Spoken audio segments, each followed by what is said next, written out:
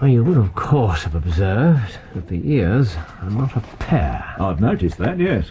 In my experience, Holmes, nobody yet had two left ears. To send two odd ones, though, would be as easy as to send a pair. Given an unlimited supply of ears, Well, the dissecting rooms will be full Lestrade, of... this business has nothing to do with any medical student's practical joke. How can we be sure of that? Well, let us say the presumption is strongly against. Ah, presumption. Now, do you spell preservative fluid here, Watson? You're thinking of carbolic? Or rectified spirits?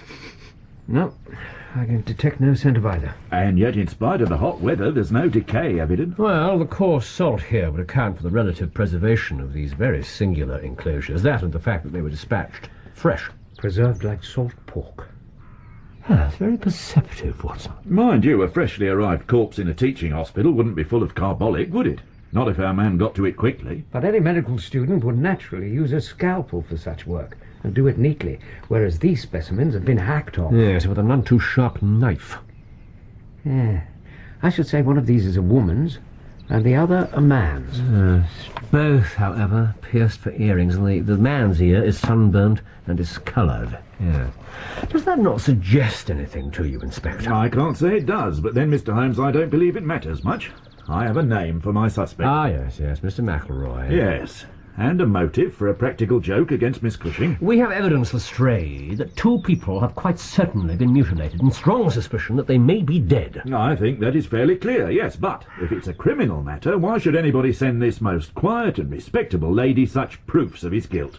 Well, unless she's the most consummate actress I've ever seen, she knows as little of it as we do. But for this student McElroy, Miss Cushing has no connection with Belfast?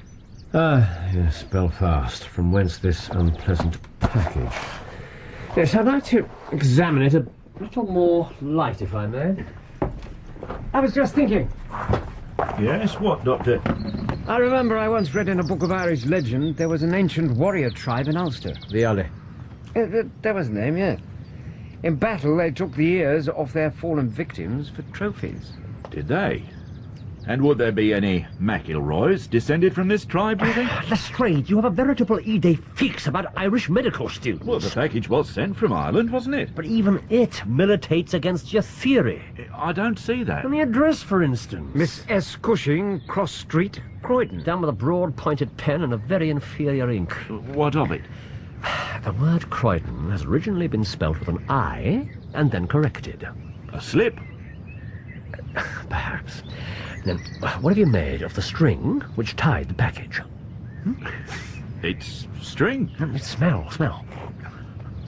It's tarred string. Precisely. It's a piece of twine which has been tarred. And? Cut by Miss Cushing with a scissors. Around the knot. Now, this is of importance. As you say, Mr. The Holmes. knot has been left intact, and it's of a particular character. It's very neatly tied. I've already made a note of that. Good. So much for the string, then. Now, the box itself. Yellow, cardboard, half-pound honeydew tobacco. 2 thumbprints, without a doubt Miss Cushing's. I'm obliged to you, Lestrade. You're right. Little of interest. Well, I can't say it concerns me, Mr. Holmes. I already have my suspect. And if, as you seem to believe, 2 people have been murdered... Have you said that, Holmes? Well, if they haven't, according to your theory, we should have heard their story by now. I mean, 2 people with an ear missing. But who, if not their presumed murderer, would have sent this package to Miss Cushing? The sender is certainly the man we want. Well, whoever he is, McElroy or some other, he must have strong reason for sending these to this lady. To tell her the deed was done. Or it may be to cause pain. Perhaps both. Well, if that's so, then she must know who it is. Then why call in the police? She cannot shield the man by so doing. Yeah, you're right, Watson. If she wished to do that, she would have buried the box with its grisly contents, and nobody would have been any the wiser. And if she knows him but doesn't wish to shield him, why not give us his name? The only possible reason is, as she says, that she does not know it.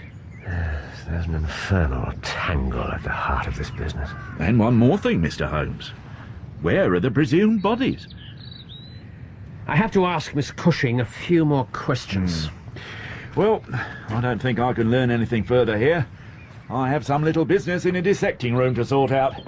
A good day to you, gentlemen. Tongues, Watson. What? The battle trophies of the Uli warriors. They were tongues. not his. I'm glad Mr. Lestrade has no more questions. He would hardly listen to my answers. Tell me about your brother-in-law, Miss Cushing. Who has told you of him? No one. I deduced him. You have 2 sisters, do you not? But how could you know that, Mr. Holmes? The portrait group on your mantelpiece. My friend Holmes is very quick to make the most extraordinary deductions from a framed portrait. Nothing spectacular this time, Watson. One of the 3 ladies in this group is undoubtedly yourself, Miss Cushing, while the others are so exceedingly like you. Yes, they are my sisters, Sarah and Mary. Yes, at my elbow here, another portrait. Your younger sister again. Taken at Liverpool, I see. She was unmarried at the time of this picture, but she's in the company of a young man, a steward by his uniform. The fact that he's still here suggests he subsequently became your brother-in-law. You are very quick at observing, Mr. Holmes. It is my trade. Mary was married to Jim Browner a few days after that was taken. He was so fond of her.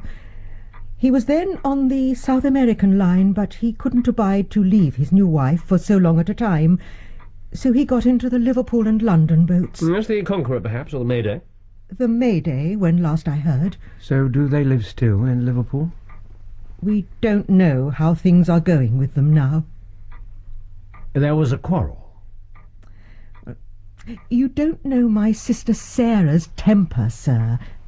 She and I tried keeping house together when first I moved here to Croydon. But you had to part. About 2 months ago, she moved to Wallington. Not far, then. Distant enough, Mr. Holmes. I wouldn't say a word against my own sister, but she couldn't get on with Mary and Jim Browner, though they lived once altogether the best of friends. At their home? In Liverpool, yes. Sarah went to stay not long after the marriage, but she fell out with Jim last autumn, I believe, and now she has no word too hard for him. You have no knowledge of the cause? No, but Sarah was always meddlesome and hard to please, and try as I might, in the end she couldn't get on with me either.